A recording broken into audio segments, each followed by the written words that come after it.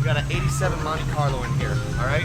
Got the 350 V8 in it. He had these old rusty ass headers on it, so we went ahead and put some new Flowtech on there for him.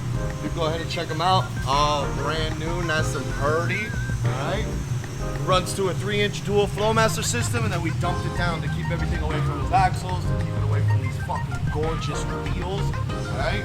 We're gonna pull it down and fire it up, man, but make sure y'all check these wheels out, man. What kind of wheels are they? They're Santis. Honestly, they're about 10 grand a piece, bro. I mean, 10 grand for the whole set, right?